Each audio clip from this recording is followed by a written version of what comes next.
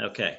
So anyway, the untold story of the Seminole Wars, and I was in Florida with my wife last winter and spending some time down there. We got together with a good friend of ours, Wayne Mixdorf, and he knew I liked history, so he says, "Hey, Rich, I got this book. It's called Finding Florida." And I says, "Yeah." He says, "I think you'd be fascinated by it." So anyway, I started reading it. And then on the way back, I got talking to my wife about it. She says, "You knew you were so interested in us. I think you need to give a presentation to the History Roundtable."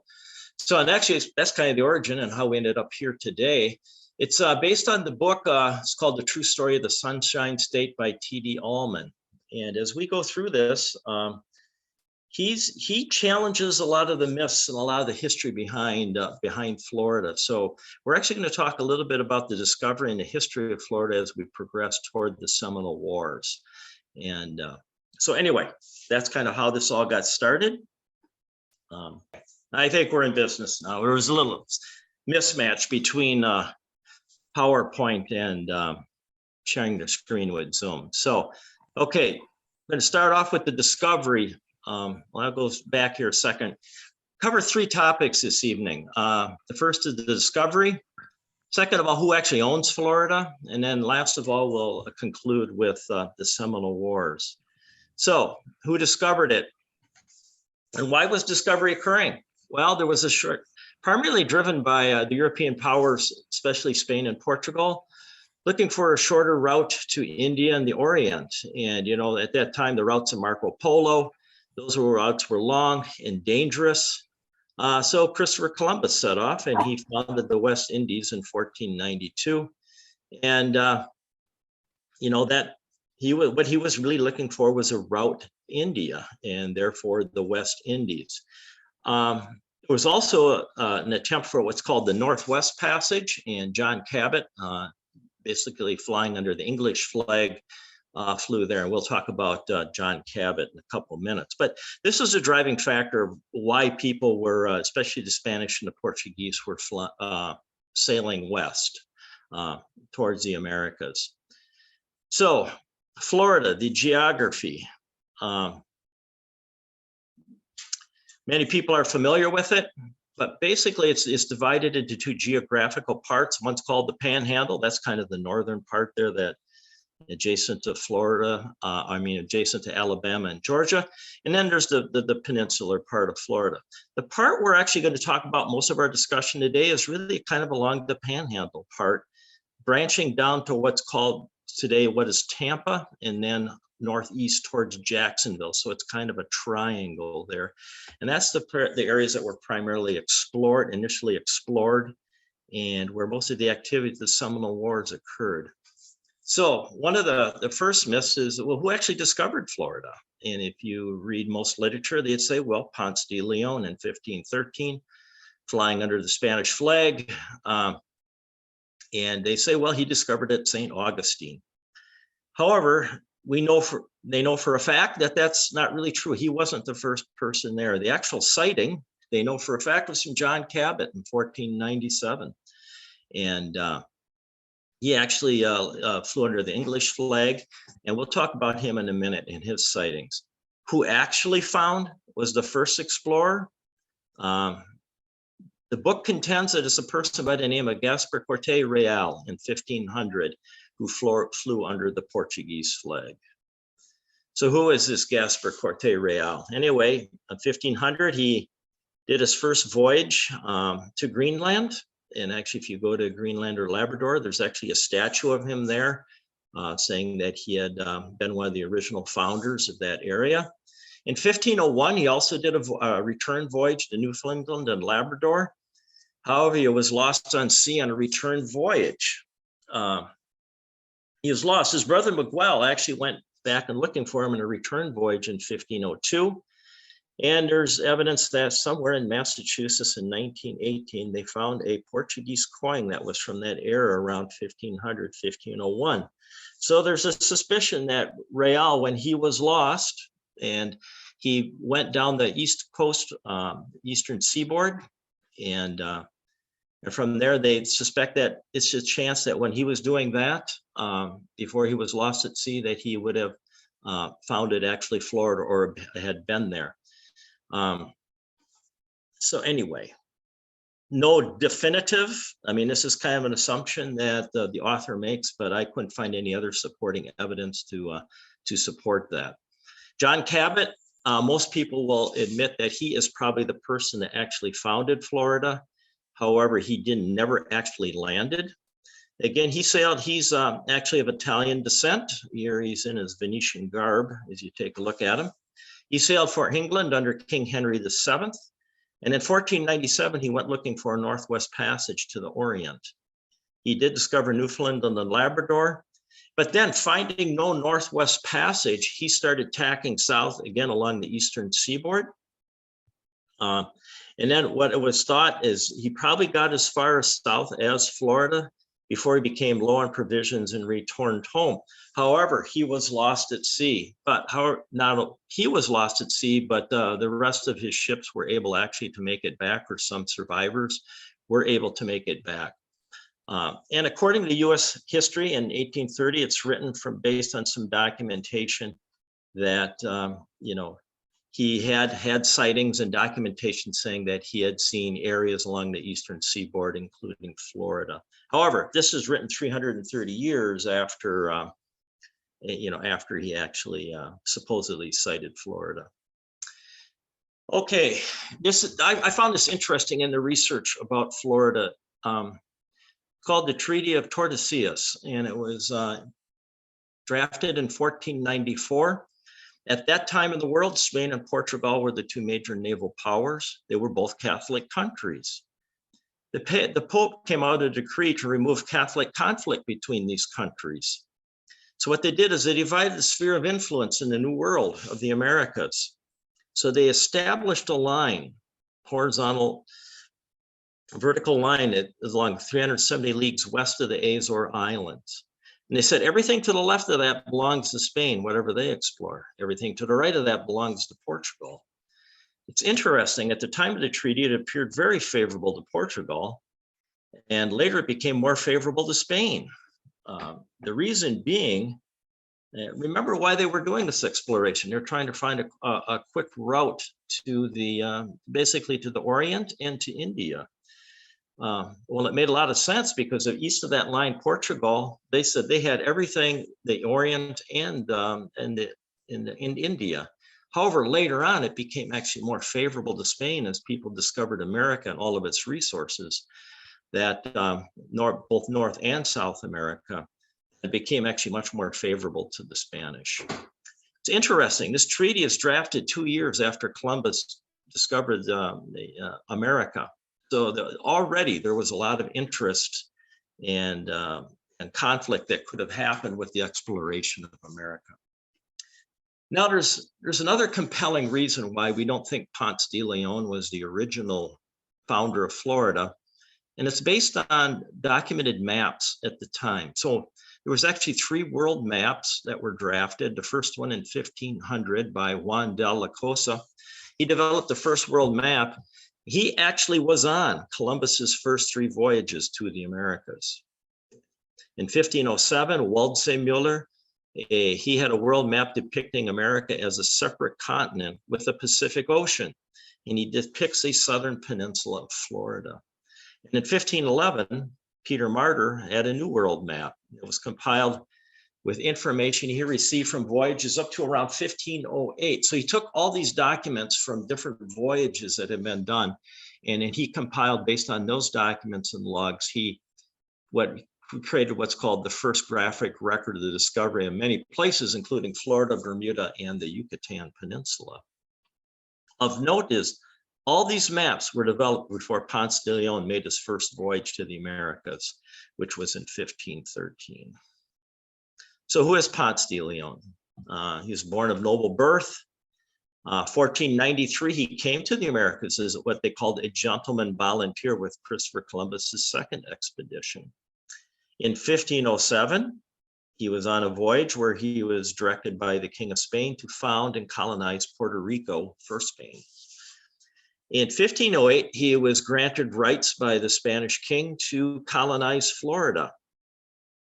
Actually, this didn't make him very happy. He he actually was pretty happy founding and colonizing Puerto Rico, and he wanted to become governor, but the Spanish king overruled him and made Christopher Columbus's son Diego the governor of Puerto Rico. And so it's sort of a runner-up prize. The King of Spain gave Ponce de Leon the rights to explore and colonize Florida. He claims to have founded St. Augustine, but it's interesting. St. Augustine was not actually founded until 1565, 41 years after his death. He made 2 voyages to Florida, so let's quickly cover those. His first voyage in 1513, his primary drivers were in search of gold and the Fountain of Youth.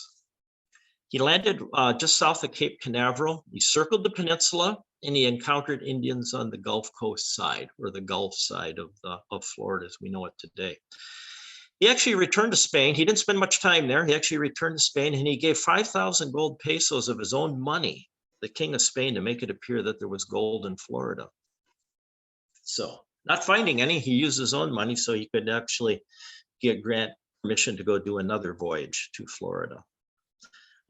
He was highly driven by some of the work that Cortez from Spain had done in Mexico, where they actually had found gold, and Ponce de Leon hoping to kind of reproduce that effort in Florida. So he was highly motivated by gold, I say. How Florida was named. This was interesting, I thought. Discoveries in the New World were named after liturgical dates nearest the discovery. Since Florida was discovered, Ponce de Leon's voyage was discovered near Palm Sunday, it was named Pascua Florida, which is interpreted as Flowery Easter, or the Festival of the Flowers. In the second voyage, 1521, about 8 years later, again, he funded his own voyage. This time he funded his own voyage. He died during this voyage by an encounter with Indians on the Gulf Coast near Tampa. He was wounded by an arrow with fishbone heads. He developed gangrene, and then he was transported to Havana, where he died. So people have to ask, well, who spread that myth of Ponce de Leon, his discovery, as well as discovering the Fountain of Youth? Actually, this probably started in Spain. Then it was more widely published by Washington Irving and his nephew in the early to mid 1800s, nearly 300 years later. And you're actually going to see Washington Irving and his son or his nephew crop up quite a bit in talking about the history of Florida. Much of you have to understand, like, Washington Irving was not like a documentary writer. He was a person, he was like a fictional writer. He liked to write stories. And but he got interested in Florida along with his nephew, and they ended up writing, quote, a lot of the history of Florida just based on like hearsay and kind of in what they thought would sound good. So, but that is actually carried over to our educational system today, which we'll see in a little bit. Why the myth of the Fountain of the Youth? Well, it may originate with what they call, and Ponce de Leon talks about this, the large, robust Native Americans they encountered in Florida. And says, actually, Ponce's name actually did not become connected with the Fountain of Youth until 14 years after his death. And thanks only to a Spanish court chronicler out to discredit him over a conflict of his ownership of Puerto Rico. Remember, he discovered and colonized Puerto Rico, and then one of his sons, I believe, was called to court, and he was discredited. That kind of started that myth of the Fountain of Youth. But with that said, Florida continues to capitalize on what could be its greatest legend, with hundreds of tourists drinking each day from the stone well at St. Augustine's Fountain of Youth Park. Spanish archivists from 1535. This is, only 20 years after he had passed away. We're looking at some of Ponce de Leon's archives and documentation. It says he was searching for a remedy for, and it's a long Spanish word, el flamingamiento del sexo, which means I think he was looking for a cure for like a more sexual, robust life. So anyway, I don't know if he had much luck with that. Spanish objectives of New World conquest were really based on colonization, slave labor, and gold. between 1513 and 1565, they financed 8 expeditions. All of them, or most of them, failed. And the reason they failed is because, I'll get into the next slide, is reasons settlements failed for a couple of reasons. First of all, there's really no good natural food sources in Florida. It's poor agricultural land.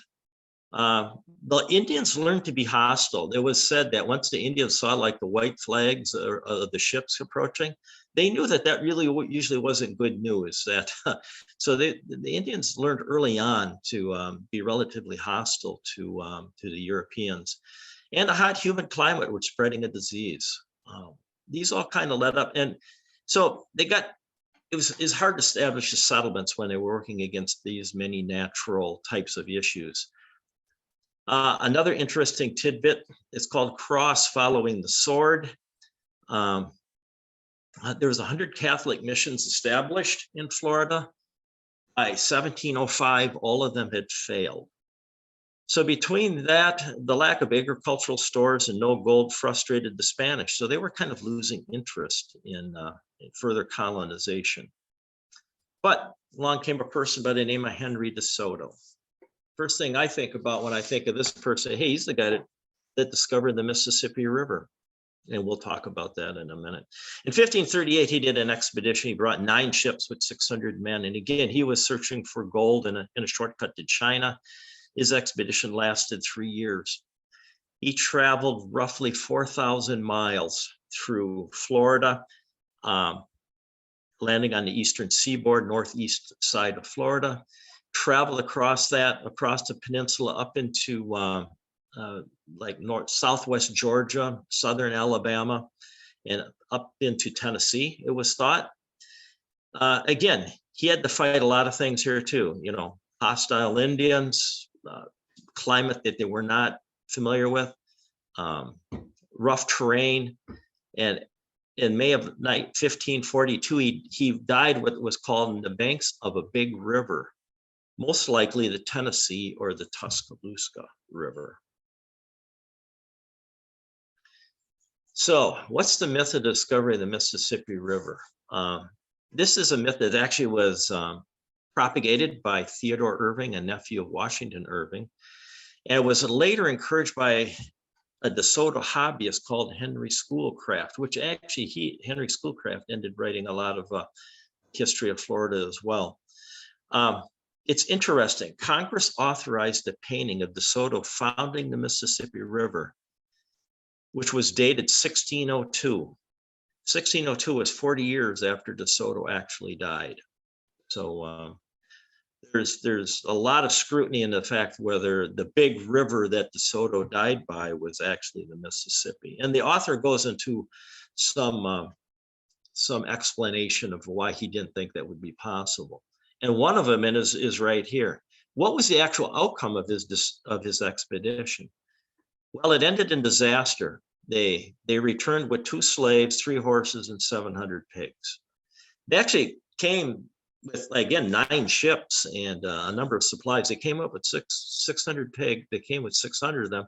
Today, there are about 500,000 feral pigs in Florida. And my wife and I can kind of attest to that. We did a lot of hiking in some of the natural preserves and stuff down in Florida. And we would walk along, we'd say, why is that ground all dug up? And we could never figure it out. It was like well-tilled soil. And then we'd actually see these huge cages out in the reserves. And then we got talking later, says, well, yeah, feral pigs are a real big problem in Florida, and they're actually allowed to capture them and and harvest them. So they're actually quite a problem in Florida. So that's kind of his claim to fame is they say DeSoto had become to pigs what Johnny Appleseed would be to apple orchards. But quickly, a car fact.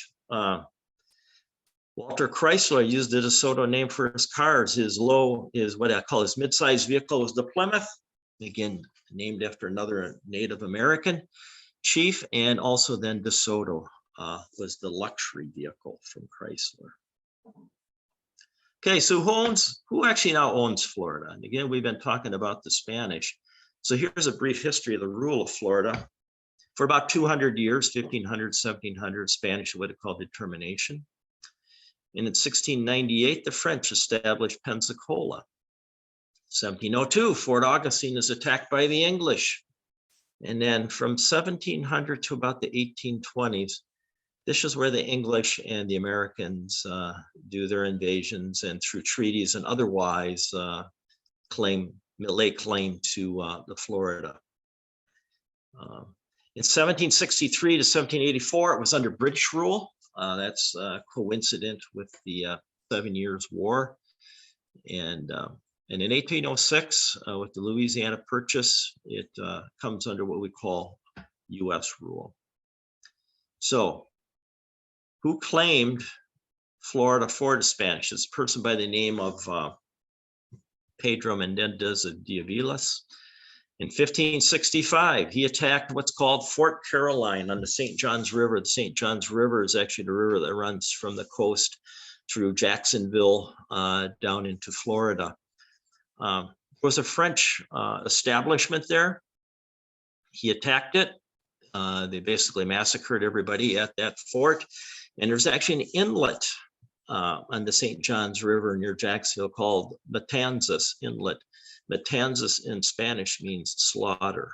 So 10 days later, he moves his troops down near St. Augustine, and he actually found St. Augustine, but there's a fort there against some more French people, and he basically massacres them as well. And he says, I lay claim of Florida for Spain.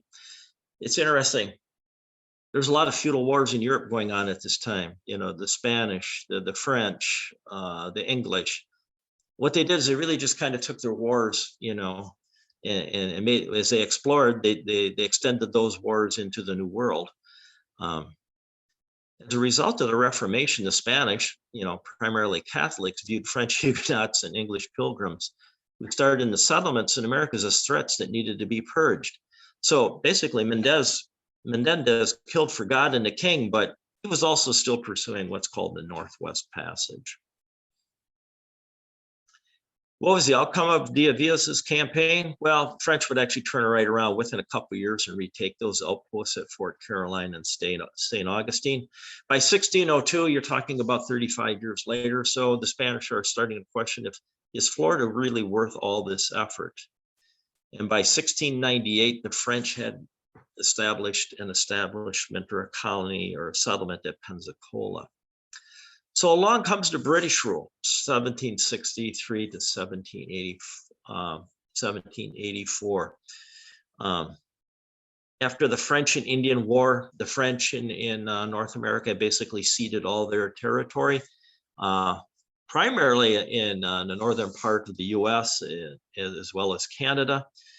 The Americans during this war were aligned with the British, but the author would claim they were actually kind of fighting for their own interests, because even the Americans at that time had that westward expansion mentality. And so there was a lot behind the fact that the US was in this war allied with Britain, with ultimately the idea of expanding further westward.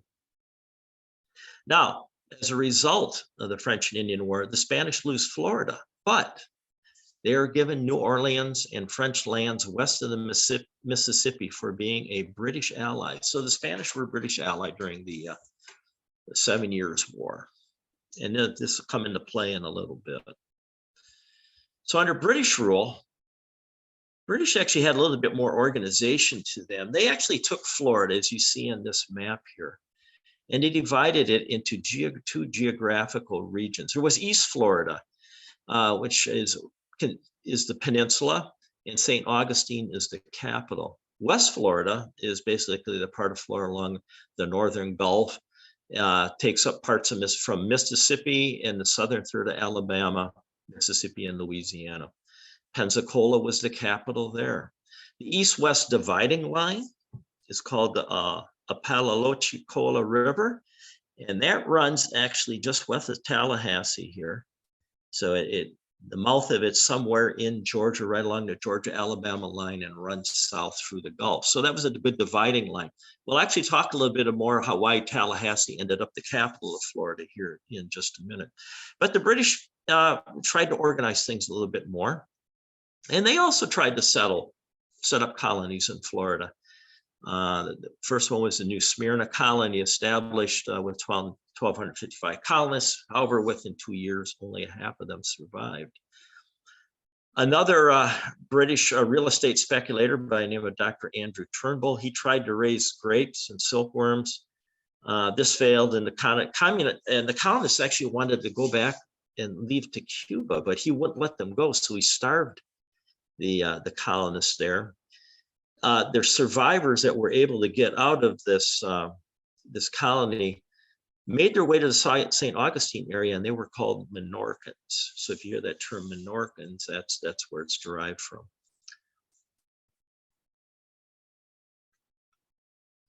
So British rule actually ends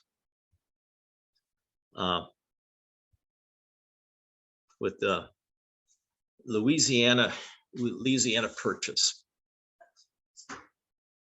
And what happened here is, and actually, to step back a little bit, and we'll get to it in a little bit here, is at the end of the Revolutionary War, the Treaty of Paris actually specified that Spain would be granted the land of Florida. And that was just part of the agreement between the British, the Americans, and the Spanish. So at that point, the end of the Revolutionary War, Treaty of Paris, Spain is basically granted all of Florida again. However, US rule, President Jefferson wanted Florida and New Orleans, understanding that New Orleans was a large city. It also has one of the largest ports in the US, and it was at the mouth of the Mississippi River, so a big navigational channel. So he really had his eyes on that. Napoleon, as part of the Louisiana Purchase, offered the whole lands west of the Mississippi River. And there is reasoning for actually going through the Louisiana Purchase is he felt he could not defend this territory from the English. So if you take a look at what was happening in Europe at the time, Napoleon's in power in France, and there were the Napoleonic Wars were just top of mind in Europe, and Napoleon just felt he couldn't fight two wars, keep his land in the United States or the Americas as well as fighting in Europe. Now this kind of came as a surprise to his sons and to his French diplomat Talleyrand. He was actually bathing himself in a bathtub, and he called his diplomat in. And he says, "You know what? I want to strike a deal with Jefferson about the Louisiana Purchase, and we'll give him all the lands west of the Mississippi River." So he says, "Contact the U.S. diplomat Robert Livingston." Talleyrand and Napoleon's sons argued vehemently for him not to do this, but Napoleon was determined. So in 1803, the United States purchased 828,000 square miles of land west of the Mississippi River for $15 million. It is said Napoleon traded away land west of the Mississippi he did not possess that belonged to the Spanish from the 7 Years' War Treaty. The Spanish weren't consulted that they were having land sold on their behalf by Napoleon. Jefferson always inferred that Florida would be part of the Louisiana Purchase also, although previously stating it was a separate entity. Florida proper was under British rule at that time. So anyway, Louisiana Purchase. According to U.S. Constitution, the president is not actually allowed to purchase the land from a foreign power. To get over this, Jefferson was going to draft a constitutional amendment, but that amendment was never voted or ratified. In his proposed amendment, he says, Florida also, whenever it might be rightfully obtained, shall become part of the U.S. Its white inhabitants shall thereupon be citizens and shall stand as to their rights and obligations on the same footing with other citizens of the U.S. It's an interesting statement because he talks about white inhabitants. Less than 30 years earlier in the Declaration of Independence, he had not felt it necessary to write that all white men were created equal. But by 1803, the contradiction of building a country economically on slave labor was no longer quite so uncontradictory as it had seemed in 1776. And as we'll see, American slaveholders were eager to exploit the land of Florida, further segregating the slave versus non-slave state issues. So some interesting outcomes of the treaty or the land purchase. Well, did the U.S. ever purchase or own Florida by any treaty? There are no treaties outlining U.S. ownership of Florida. 1783, the Treaty of Paris, the end of the Revolutionary War, Spain regained control of Florida from Britain. In 1795, the Spanish had a treaty with the U.S. called the San Lorenzo-Pinckney's Treaty. And what that did is that allowed the Spanish to allow access to the Americans to travel basically unabated up and down the Mississippi River. It was Spanish territory, but the Spanish would allow the Americans to use the Mississippi River for navigation. In 1803, the French Treaty of the Louisiana Purchase, there was no allowance for Florida. That only specified lands west of the Mississippi River. So under James Madison's presidency, he wants to pursue claiming Florida as U.S. territory. He was like obsessed with this. He said whites felt their supremacy offered an opportunity to occupy Florida under diminished Spanish control. So remember, Florida is now under Spanish control. The Spanish actually allowed what they call greater freedoms in relations and commerce. So what you saw happening here is Florida, people that lived in Florida, such as blacks and Indians, exercised freedom similar to whites. And they didn't really want the U.S. to incur on them. They kind of enjoyed what they had, some of the liberties and freedoms that they have. There was no slavery under Spanish rule. Fear the U.S. occupation would lead to black enslavement and the removal of Indians. And actually what was happening from the states of like Alabama and Georgia at that time is there was an exodus of blacks and some Indians to Florida from those slave states to pursue a more free life in Florida under Spanish rule. But that wouldn't last long. First incursion of the U.S. into Florida. There was a group under the Kemper brothers. They called themselves Kemper's Patriots. In 1810, they raided a fort at Baton Rouge in West Florida, claiming the Spanish were being suppressive to the white people in the area.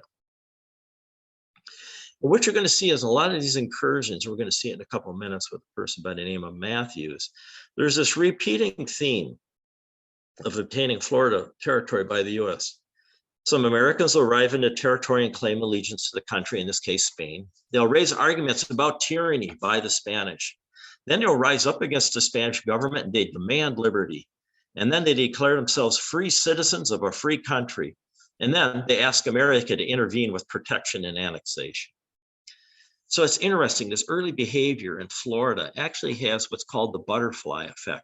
It actually kind of repeats itself and has some unintended consequences later on in U.S. history, and primarily in the Southwest with the area of Texas and some of the conflicts around there. Okay, so we try to get Florida, but Florida's governed by the Spanish. There's a Spanish governor of West Florida. That's the territory like west of Tallahassee along the Gulf. He proposes to President Madison that he'll give West Florida to the U.S. in 30 days, unless he can strike a better deal from the Spanish government. So Madison goes and provides $100,000 to Fulch. In 1811, Madison sent a person by the name of General George Matthews, after a secret meeting with Madison, to instigate an insurrection in Florida. After the insurrection started, Matthew will call in U.S. troops and assistance to claim West Florida for the U.S. However, Fulch got a better deal from Spain and he retained West Florida for Spain. So not only did Fulch get his $100,000 from Madison, he actually got money from Spain too. And so it ended up, West Florida remained under Spanish control. So anyway, Matthews goes to East Florida, to St. Augustine area to claim it for the US. He tries to invoke an insurrection, but he couldn't find any Floridians that were interested in doing that. So he took habitation just across the border in Georgia. And in 1812, he took him and 9 men from Georgia across the St. Mary's River to sign a Declaration of Independence on Florida soil for the US. And then in conjunction with that, he requested the Lieutenant Jacinthe Laval, who was an officer of US troops, to invade Florida, occupy and claim for the US. But Laval refused. So Matthews then led 300 ragtag troops to St. Augustine, but he was turned back. At this point, the Spanish are questioning the US, and President Madison is like, what are you guys doing in Florida? I mean, what are you trying to do? Well, anyway, President Madison denies activities of any cooperation between him and Matthews, that Matthews was really kind of leading a rogue insurrection. Understand, he was denying this because, well, not unlike some politicians we see, it was an election year for Madison. And he didn't want to be tied to, a U.S. insurrection in Spain. Anyway, Matthews was denied, and he was very frustrated. He traveled then back to Washington, D.C. to clear his name. However, he dies on the way back. Now, you would think he has kind of this disgraced, portrayal. However, in 1954 publication, Matthews is depicted as a well-meaning victim. So it's funny how history can be written about people, especially a couple hundred years later. In the War of 1812, the Americans actually planned to take Florida by attacking the British at Pensacola. This is kind of interesting, but instead of the British going to Pensacola, they decided to move to New Orleans, and that led to the Battle of 1815, of the Battle of New Orleans, in which Andrew Jackson leads the U.S. to victory. Albeit that victory was actually shortly after the Treaty of Ghent has been signed, signifying the war was already over. Now, the U.S. now has possession of the Gulf Coast from Pensacola to New Orleans, based on the victory of the Battle of New Orleans. The Treaty of Ghent, though, said lands taken from Indians to be returned prior to the status of 1812. And also the Treaty of Ghent, there was measures specified to be taken between British and America to reduce the slave trade. At this point, the Europeans, the British, withdraw entirely from North America. Now, remember, Spain still owns the rightful owner based on treaties of the Spanish territory. The Creek people in the South allied with Britain during the war. When the conflict came to an end, it put an end to native power east of the Mississippi and laid the groundwork for Indian removal to Western reservations. So at this point, the Indians no longer really had a protector. And in fact, the U.S. is pretty mad that the Creek sided with the British in the War of 1812. So there was going to be a price to pay for that.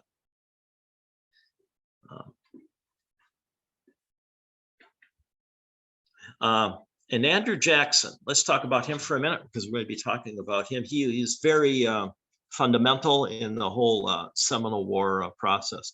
7th president, he narrowly lost to a presidential race to John Quincy Adams in a very contentious 1824 election. If you thought our last election was, and some of the recent president elections have been maybe have had some flaws or whatever, yeah, just go review the 1824 election. A lot of politicking going on there. He has a famous military hero, especially the hero of New Orleans. He was America's most influential and polarizing political figure during the 20s and the 30s, and he was the leader of what they called the New Democratic Party.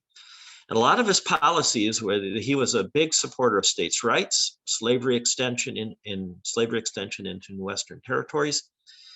He also strongly opposed the Whig Party in Congress on polarizing issues such as the Bank of the United States, he was very opposed to centralized banking, which is ironic because today Andrew Jackson's face is on the $20 bill.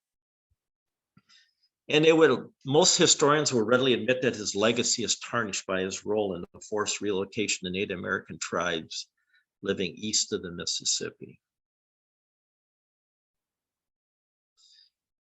What was his Florida policy? In 1860, again, he's a general in the Army.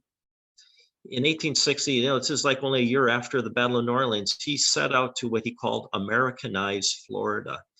And essentially what that meant is cleanse the Southeast U.S. of Indians and enslaved blacks.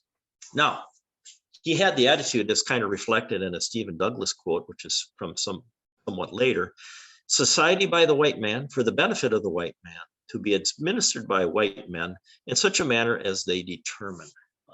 I don't believe Andrew Jackson actually looked at blacks and Indians as being human people, and his actions during the Seminole Wars will kind of bear that out.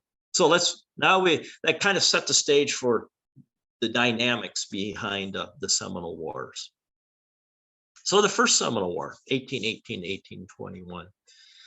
The attack was considered an illegal action as America was not at war with anyone. Jackson sought pretext for invading Florida, portraying Florida as a dangerous haven for fugitive slaves. He wanted to transform Florida into a white state where Indians were removed and blacks enslaved. So, a person by the name of Colonel Duncan Clinch, and he actually, we'll hear more about him, not just at Negro Fort, but down the line, we'll see him a little bit more. Negro Fort was a community of Indians, blacks, mixed race subsistence farmers. Andrew Jackson says, I have little doubt of the fact that this fort has been established by some villains for rapine and plunder. So on July 27, 1816, Jackson orders General Edmund Gaines to direct Colonel Duncan Clinch to attack and kill all inhabitants. The majority were non-combatants, such as women and children. The remaining survivors of the defense of the fort were killed by what was called friendly Indians, paid $50 a head to kill them. $50 in that day was a lot of money. Now, Negroes who were Spanish speaking, ironically, were sent north into slavery. And understand that these blacks were not escaped slaves or anything like that. They had been inhabitants. They grew up under Spanish rule. They learned Spanish speaking, and but that was not really the point of Jackson's protocol. He really wanted to basically get rid of all the Indians and take any blacks and send them back north into slavery. So what happens after this? Fort Negro aftermath. Jackson assigns Lieutenant James Gadsden to make the fort a permanent military base for further U.S. intervention into Florida. Negro Fort today is called the Fort Gadsden's Historic Recreation Center, and no mention of the massacre is made at Fort Negro or Negro Fort. The irony of this all is that despite efforts to make Florida white, today it is one of the most multicultural areas in the country. And we'll run across Lieutenant James Gadsden here more as we go through the Seminole Wars. So the 1818 campaign.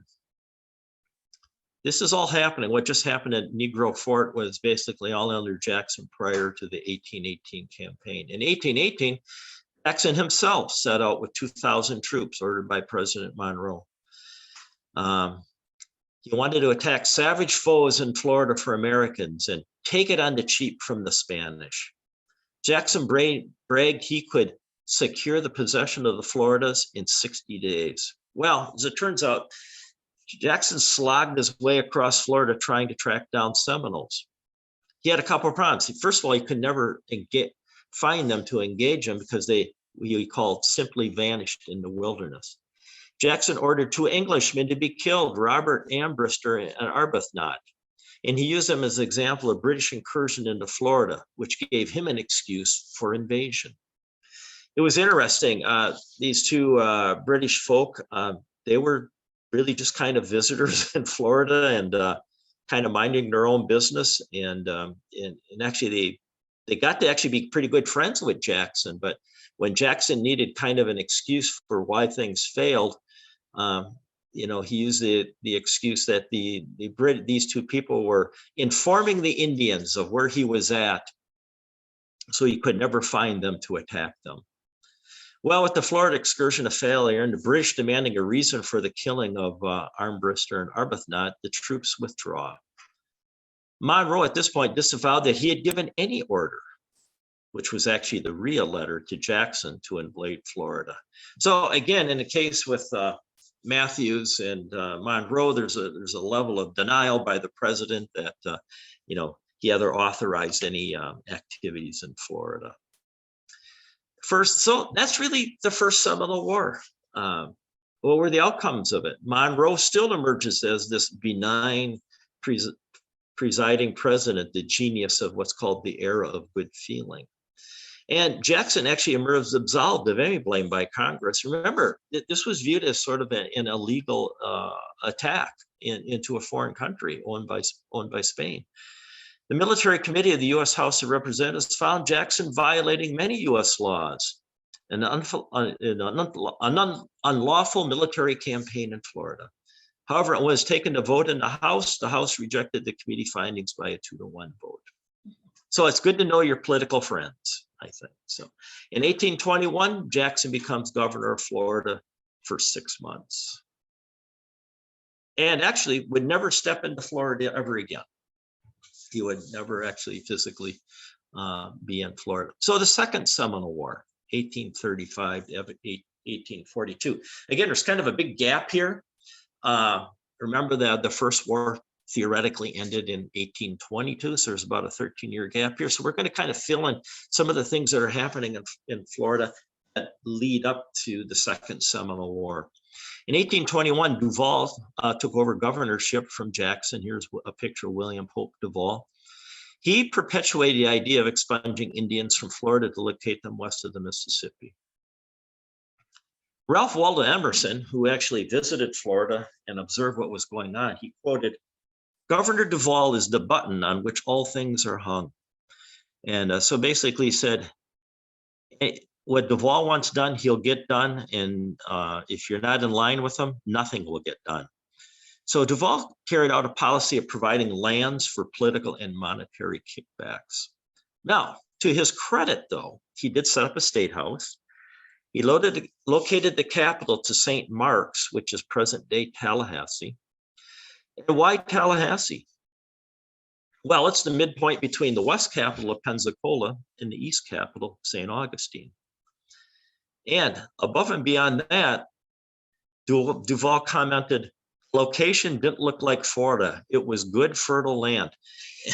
And if you ever, I mean, it's hard to visualize sometimes today visiting Florida, but I always thought my first things about Florida is it's really flat. It's really low.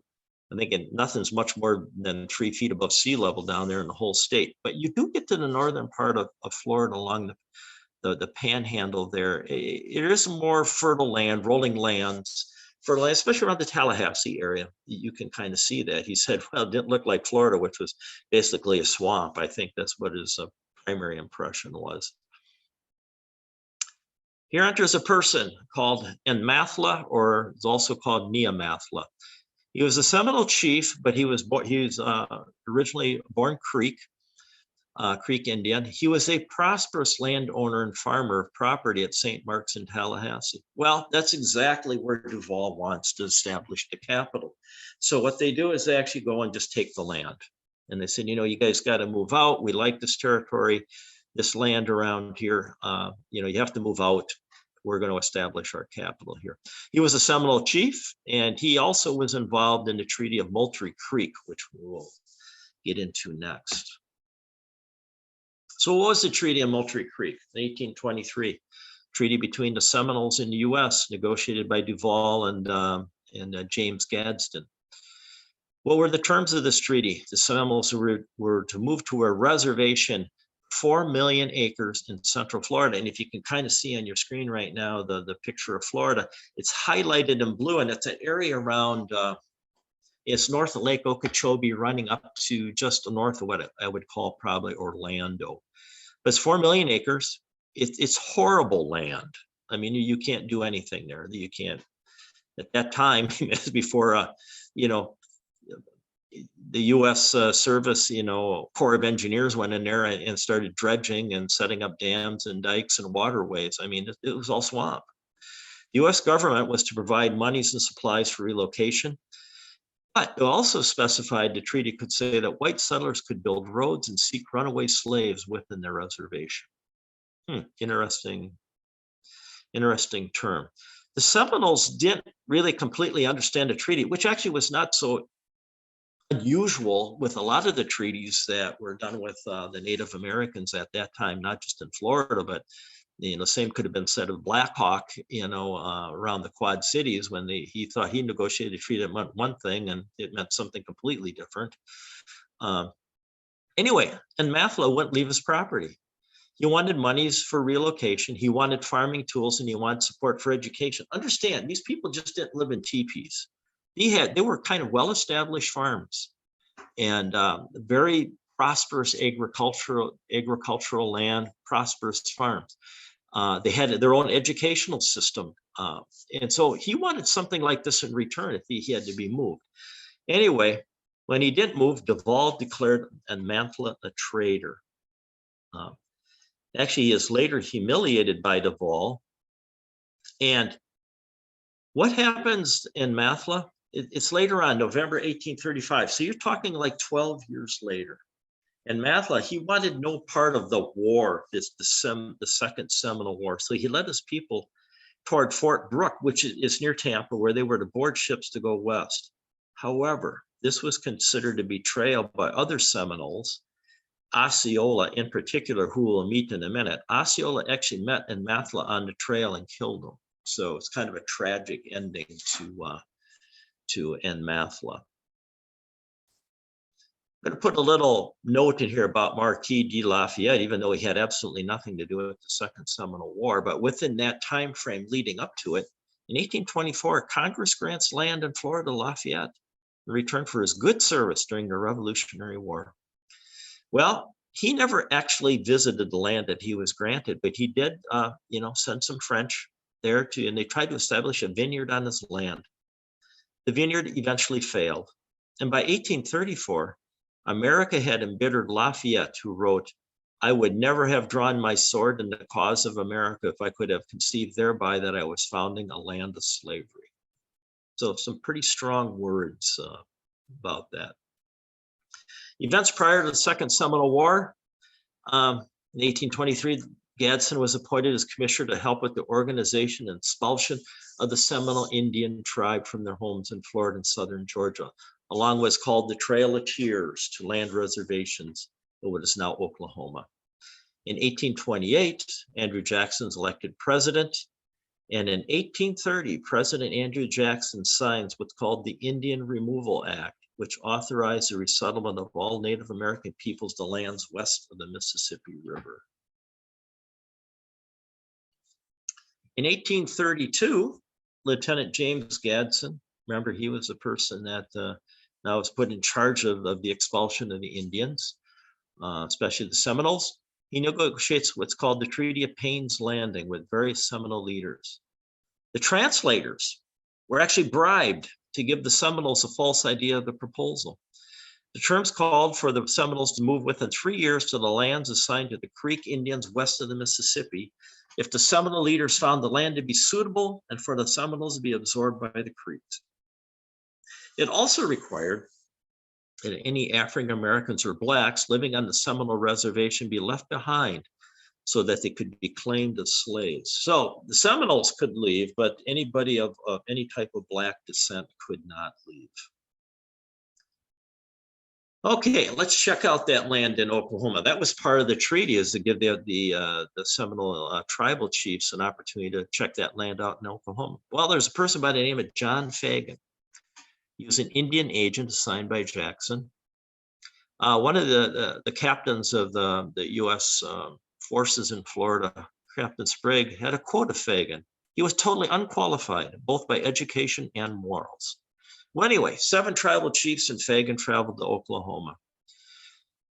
Once they got there, the Seminoles realized they would be at mercy of the Creeks who had executed them. Remember those people that $50 a head bounty at Negro Fort? Well, those were the Creek Indians, and the Creeks and the Seminoles didn't necessarily get along all that well, and they thought they would be at the mercy of the Creeks when they got to Oklahoma. Anyway, the tribal chiefs, when they returned to Florida, the tribal chiefs were intercepted on a return trip at Fort Gibson in Arkansas Territory. And Jackson had instructed Fagan to have the chiefs sign what's called the Treaty of Fort Gibson prior to returning to their tribes. This caused a lot of great concern and distrust on behalf of the Seminoles. They're kind of going, what's going on? We haven't gotten back to talk to our people yet about what's going on.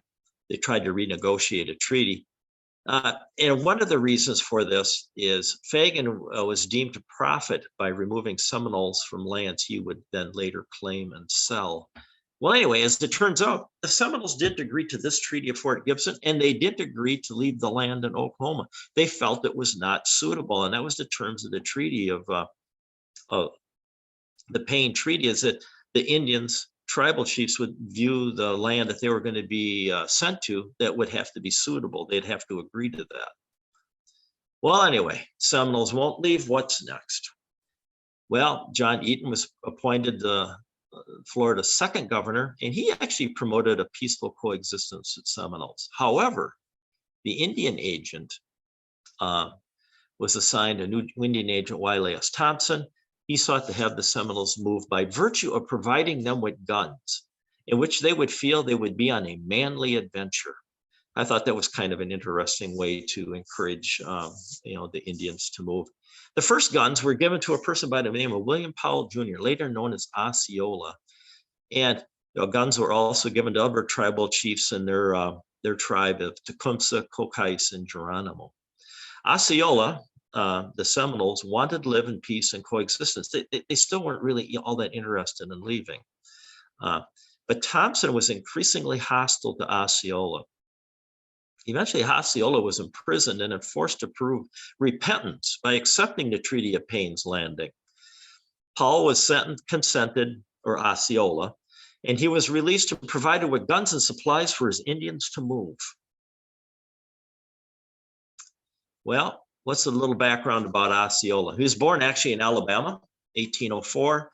His father was white, his mother was European, but his great-grandfather was James McQueen, a Scotsman and an Indian trader who also intermarried. This made Osceola a half-breed and thereby not worthy in the new Alabama territory. So Osceola's family actually left Alabama for Florida to be able to lead independent, free lives. Remember back, there was a view of the Indians and the native Black residents of Florida that the Spanish provided more liberties and freedoms to them, and that was a place to go to kind of get away from the American, some of the American Indian stances and slavery. That actually triggered now the start of the Second Seminole War, because what happened is Osceola and some of the other tribes were given guns because they were going to move. They were going to go on a march to Oklahoma with them. However, Osceola turns around and attacks Thompson with well-coordinated Indians and Blacks. Thompson is actually killed and scalped. Planning for the insurgency actually had been in progress for over a year in Central Florida. The Indians, Blacks, and mixed-race peoples came together to resist American intrusion. The attack was blamed on poor American intelligence. And I have to ask this question: where has U.S. intelligence failed us prior to this happening? I think there's a lot of places we can take a look, even in recent history, where that's happened. What happened next? December 1835, General Duncan Clinch. Remember him from a long time ago at Negro Fort? Anyway, he's in command of troops over at Fort Brooke near Tampa. So he orders troops under Major Dade County, Florida, where that name comes from, under Major Dade to be rushed from Fort Brooke near Tampa, Fort King near what's now Ocala, Florida. Meanwhile, Clinch decides to move north to protect his own personal property. Anyway, Dade's troops in transit were ambushed and massacred, called the Dade Massacre, at a place about 60 miles north of Tampa. Only a few survived to return to Fort Brooke. Of those killed, a half were European troops. And there's a footnote here. It says not a single white Southerner was part of the troops that were killed. The Seminoles at that time numbered about 6,000 in Florida. At that time, the US population was 15 million. The observation being that you could have a lot of Dade massacres, but that was not going to alter the outcome for the Seminoles. Okay, the Battle of Withlacoochee River in, again, very late 1835. Duncan Clinch takes 250 troops toward the Withlacoochee River. However, Osceola and Alligator, who was a chief of another Seminole tribe with 250 troops, trapped them at a river crossing. Clinch calls in reinforcements. General Calls called in with 700 troops. That didn't help. I mean, they were able to escape. They weren't completely trapped, the US forces. However, they were forced to undergo what's called a hasty retreat. Now, funny how history is written. Clinch claims victory to the papers, and he's called the hero of Withlacoochee. After the loss, Call requests 2,500 to 3,000 troops from Andrew Jackson to bolster the cause in Florida. Andrew Jackson at this point is getting pretty frustrated, and he blamed losses on Clinch and Call. So they were both demoted, and Winfield Scott is promoted to take command. Interesting note about General Clinch. He would die in 1849, a millionaire, based on Florida property he was granted by the government for services rendered in the military. He had actually went and made claims to the US government saying, you know, I lost this much property in Florida, and I lost these types of things, and look what everything I lost as part of this conflict.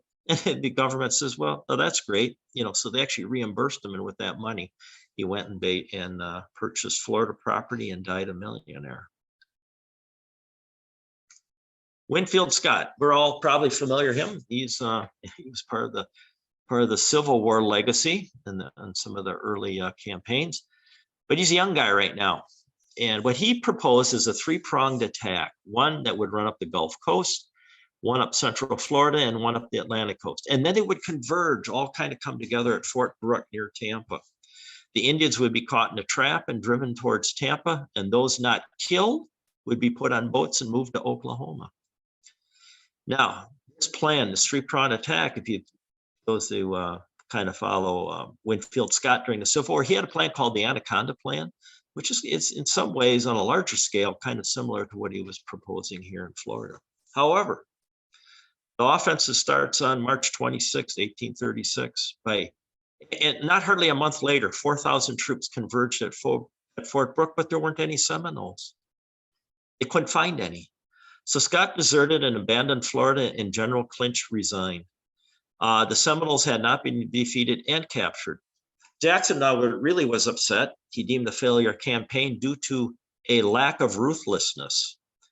And the US officials blamed the loss on the low cunning and unchivalrous system of warfare. I find this kind of interesting because if you actually go back to the Revolutionary War, that was kind of the argument of the British at the Battle of Concord. They said, well, you know, they don't come out in the open and they don't fight like real, like military people. And now, you know, some years later, it's the US blaming the Indians and some of the blacks that they didn't fight in a, quote, fair military way. So who comes after Winfield Scott? Well, it's the name of a person by the name of Thomas Sidney Jessup. Well, he led an offensive near what's called the Withlacoochee River. We've heard that before. And again, he failed to dislodge 600 Seminole and Black troops. And, you know, at this point, he had seen enough of this, not only himself personally, but what he had observed before him. So he determined that, you know, the futility of the military campaign. So what he did is he negotiated a treaty near Camp Dade, which is near the Withlacoochee River. And in that treaty, it called for a permanent ceasefire, and the Seminoles pledged to immediately be removed from Florida. Black Seminoles would also be allowed to move, and Osceola gave his approval. What this did, this treaty, it actually opened up Central Florida to the US. If you know about US Interstate 4 from like Tampa up to Orlando and then up toward the Atlantic coast near Jacksonville, that's the kind of property that you're talking about that got opened up. Everything there and to the north is what this treaty covered. Well, as it turns out, 700 Seminoles and Blacks converged on Tampa. It was 12% of the Seminole population at that time. However, there was a risk to this treaty. That the U.S. was not abiding to the Black Seminole removal. What happened after this treaty is white slave speculators flooded into Florida. They claimed blacks for slavery. Jessup actually ordered all the whites out between the St. Johns River and the Gulf. But however, Jessup's order was ignored because white troops would not fire on white people. So seeing that quandary, Jessup actually reversed his order in the treaty, reversed his order, says they don't fire on him, and he renegated on the treaty. On June 3rd, 1837, the 700 Seminoles that had made it to Tampa, they felt betrayed, and they actually left Tampa undetected. So Jessup then meets with Osceola again. He realizes in a bind, he's basically reneged on the treaty at this point. He sent out a white truce cloth, and then but Osceola took his time, shows up 2 months later. He's arrested for his betrayal of a non-existent pledge to help re-enslave Black Seminoles. That wasn't part of the treaty he agreed to. And also, along with Osceola being captured at this meeting, dozens of Osceola followers were also captured. Only like about 1 or 2 more battles in the Second Seminole War. One's the battle at Lake Okeechobee. Here, Zachary Taylor, you're going to remember him. He later becomes president. He led some 1,000 men against a reported Seminole encampment on Lake Okeechobee. Again, the badly outnumbered Seminoles imposed heavy losses. However, Taylor claims victory, and he's promoted to brigadier general. And from this battle, he gets the title called Old Rough and Ready. There's another battle shortly after, actually only within days. There's the Battle of Loxahatchee, which is near Jupiter, Florida. Again, it was a kind of a combined naval sailors and soldiers led by Lieutenant Levin Powell, counter a large group of Seminoles. Again, the troops were forced to retreat. A few days later, Jessup dispatches 1,500 men to engage the Seminoles. Here, the Seminoles that fought valiantly, but they ultimately were defeated, and Jessup claims victory. It was more like a draw. It was kind of a draw on the field. News of both battles reached Washington, D.C. Zachary Taylor tells Washington what they want to hear. They want to hear victory. Jessup tells Washington the truth, and he's rebuked. Taylor's reputation ultimately takes him on to the presidency. The end of the Second Seminole War.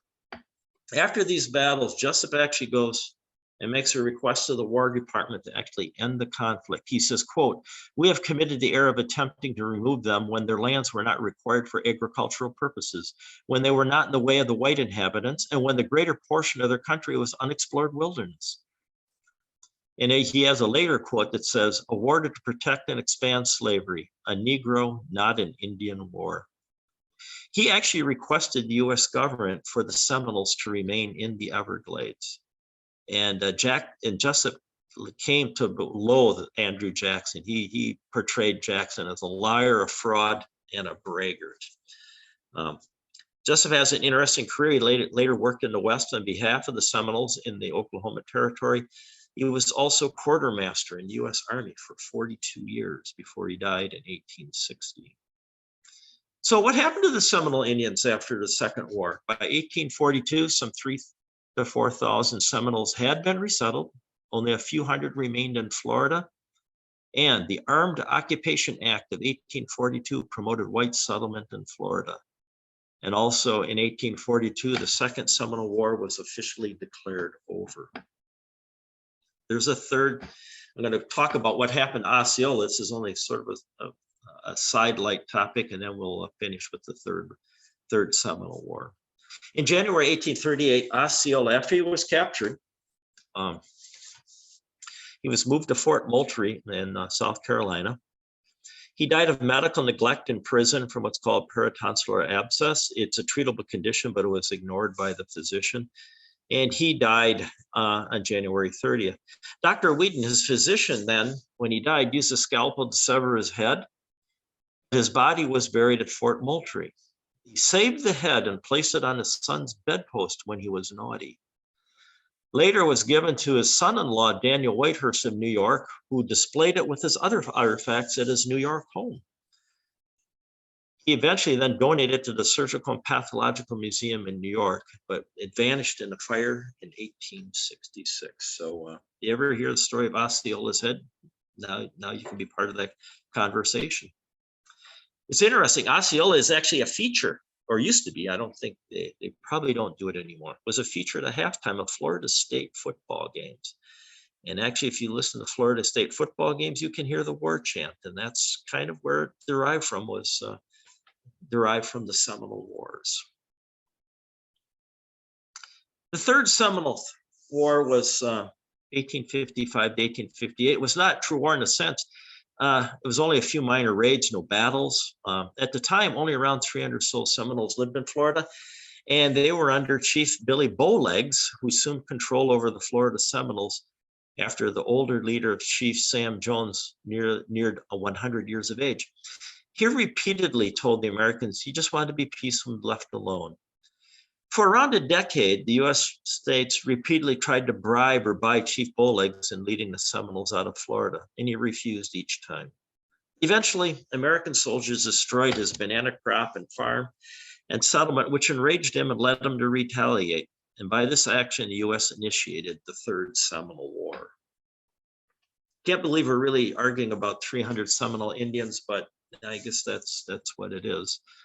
The outcome of the Third Seminole War, Chief Bowlegs was finally persuaded by Seminoles from Oklahoma who visit Florida into agreeing to relocate to Oklahoma. So in 1858, he led about 250 Seminoles to Oklahoma. Chief Sam Jones, remember, he's about 100 years old at this point. He refused to surrender, and he led the few remaining Seminoles deeper into the Everglades. They named between 50 and 100 the only remaining Seminoles left in Florida. So with that, I'm going to conclude the presentation. And if there's anybody, I'm going to try to unmute people here. If anybody has any questions, I'll open it up to the floor. You could say about next month. Yeah.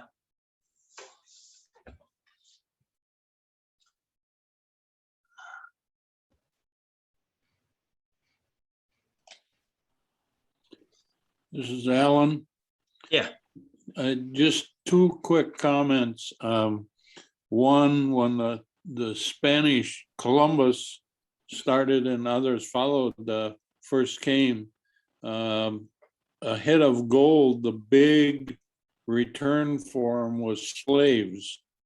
Columbus, I'm not sure the first voyage how many he had, but the second voyage he had over 500 slaves he took back to sell and help pay for future. And the Spanish stopped taking North American Indians from what is now the US as slaves because the Queen Isabella said all the slaves were the property of the monarchy. So it didn't pay to bring them back to Spain. So they instead concentrated on Mexico, where they in fact were finding gold and silver and used the Indians.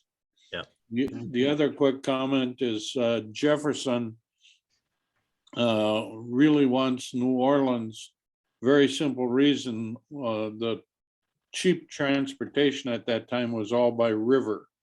And with the Appalachian Mountains, the only way for the farmers and Westerners to get their trade out was down the Mississippi, and he didn't want a foreign power to control New Orleans and able to choke off the whole west of the US. Right.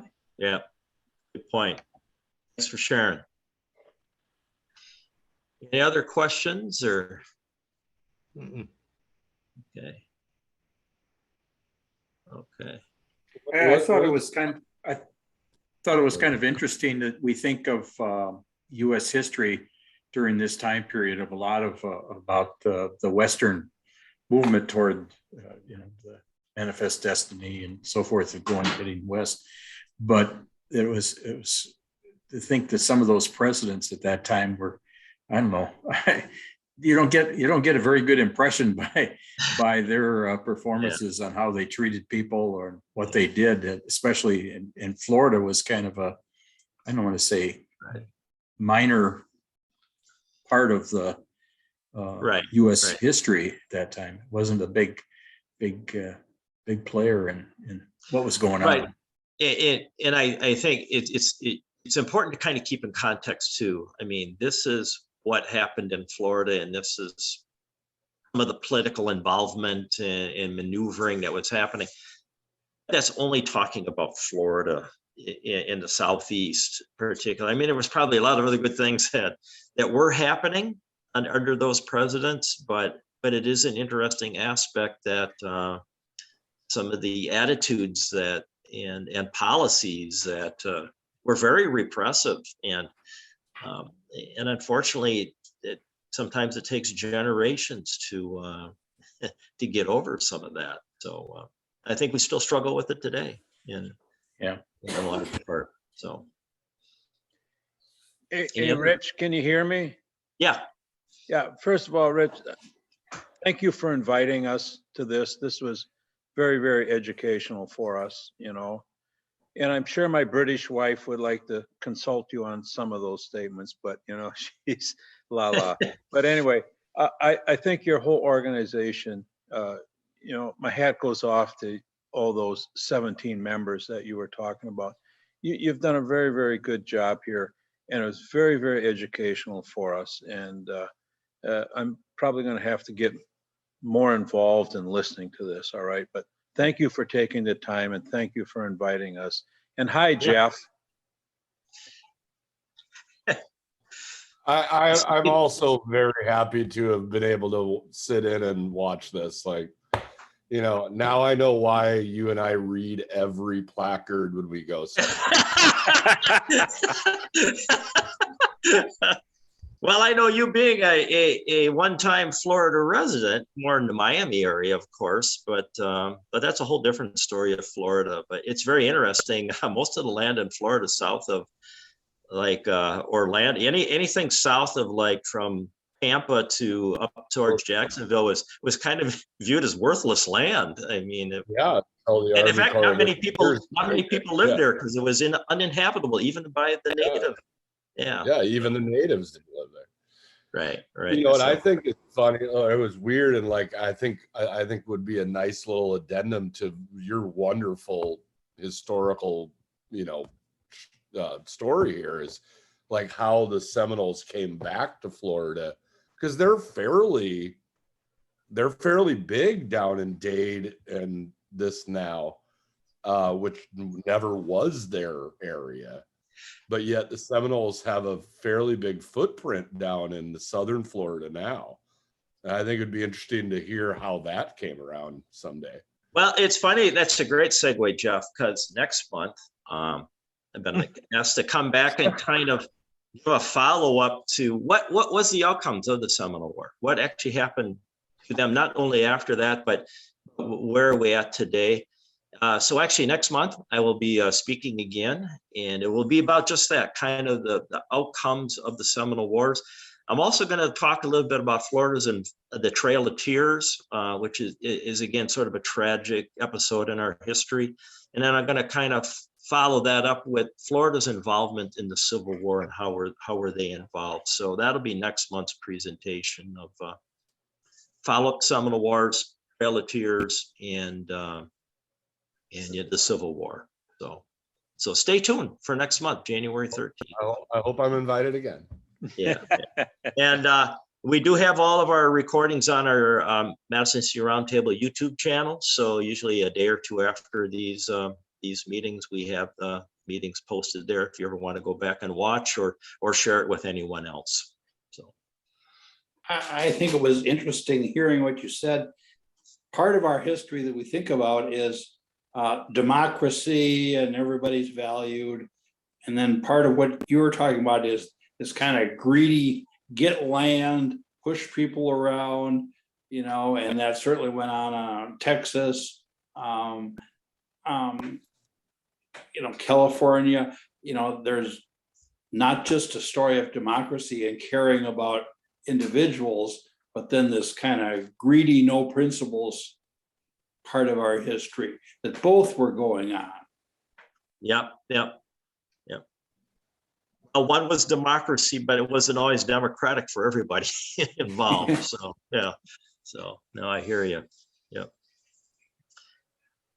If no other questions, I think I'm going to call this meeting to a close. Thank you, everyone, for attending this evening. I wish, from behalf of the Madison History Roundtable, I want to wish everybody a happy holidays.